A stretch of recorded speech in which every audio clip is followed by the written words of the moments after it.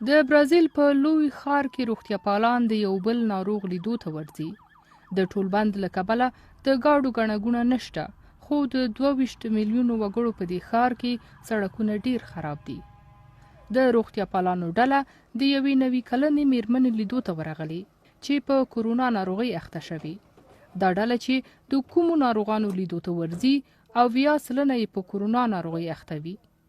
دا میرمن بې هوښه ده او په ساه اخیستلو کې ستونزه لري، نو ځکه یې کورنۍ روغتیا پالان راوغوښتل.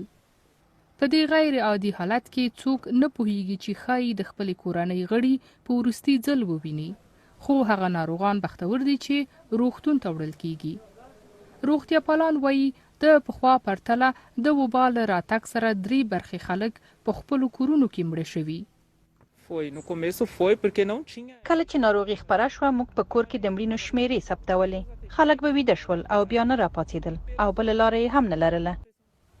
د خوندیتابه لپاره د توکو کارول او په بیا د امبولانس پاکولو د دوی دنده ورو کړې، خو دوی هیڅ ډول بېغوري نه کوي، ځکه یو همکار یې په اپریل میاشت کې د ناروغۍ وواژه او پوهیږي چې دا ناروغۍ به ډیر کسان مړه کړي.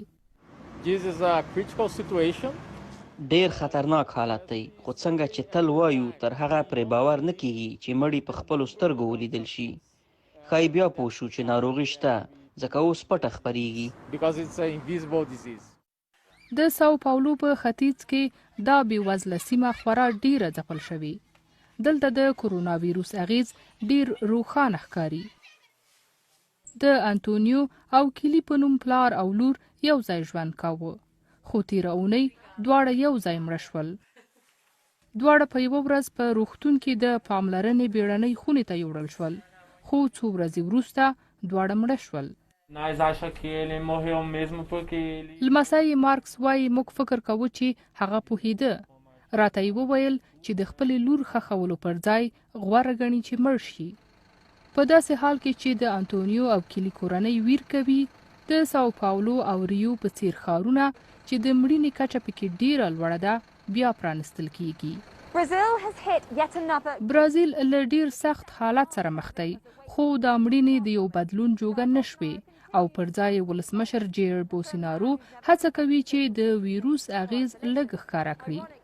خو هغه کس چې هیڅ کله یې ټولنیز واټن ته درناوی نه درلود، ورځ تر بلې یې له خپلو خلکو سره واټن په ډیریدو دی.